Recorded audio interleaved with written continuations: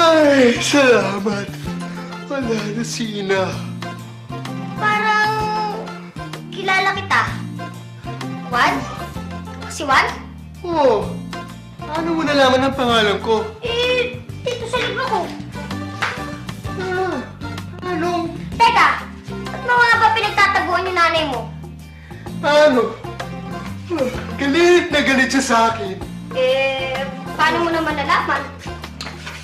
Siyempre, alam kong galit siya dahil sa tono ng kanyang pagsasalita. Juan! Kailan ka pa magbabago ng ugali? Sabi pa niya, huwag ko na siya pinagola. Ano kaya niya nalalaman na hindi ako nagsasabi ng totoo? Uy! Baka siguro sa tono ng pananalita mo. Anong ibig mong sabihin? Kasi ganito yon. Natutukoy ang saloobin o damdamin na nagsasalita sa pamamagitan ng kanyang tono, diin, bilis, at intonasyon niya. Ganun ba? Yan po ang sabi sa akin ng lola ko. Kaya pala. Teka, ano ba talaga nangyari? Kanina kasi pinabili ako ni Ina ng alimango sa palengke. Ang init-init. Nakakatamad maglakad. Kaya mahinga muna ako sa ilalim ng punong bayabas. Hitik pala sa bunga ang puno. Kaya lang, nakakatamad pitasin. Kaya nahiga na lang ako at inintay kong malaglag ang bayabas. Kaya pala ang tawag sa'yo ng tao, Juan Tamad! Alam mo rin yun? Shhh! Huwag kang maingay, ha?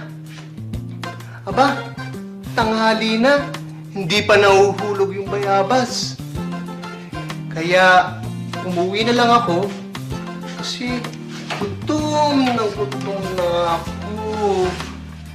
Nagalit ang nanay mo sa'yo kasi wala kang dalang alimango. At, nagalit ang nanay ko nung sinabi ko ang dahilan. Ina, pinauna ko na pong umuwi yung mga alimango. Wala pa po ba sila? Bakit kasi hindi mo sinabi yung totoong dahilan eh? Hindi nagalit si Ina. Lalo siya maggalit kapag nalaman niyang nagsisinungaling ka. Sa bagay. Kaya po ako sa'yo, uuwi na lang ako. Tapos, manghihingi ako ng paumanin sa nanay ko. Oo nga, no? Taos puso kong hihingi na paumanhin kay Ina. Ganito. Patawarin niyo na po ako, Ina. Sisikapin ko na pong magbago ng ugali. Sasabihin ko rin na sisikapin ko na pong magsabi ng totoo. Uy, maganda yan, ah. Ito. Sisikapin ko na pong magsabi ng totoo. At sisikapin ko na pong maging masipag.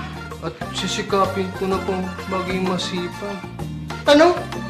Magiging Juan masipag ako? Bakit hindi? Kung sa bagay, may punto ka dyan. Marami ng kwento ng katamaran ko. Mainam na atang magsimula ng bagong kwento. Ang kwento ni Juan Masipag. Alam mo, maganda yan. Dapat talaga magkaroon ng ganyang bagong libro. Oh, ano? Uuwi na ako. Magbubunot pa ako ng sahig, magwawalis sa bakuran, at magpapakain ng mga manok. Ay, dadaan rin pala ako sa palengke para bumili ng alimango. Salamat, ha! Paalam! Alam!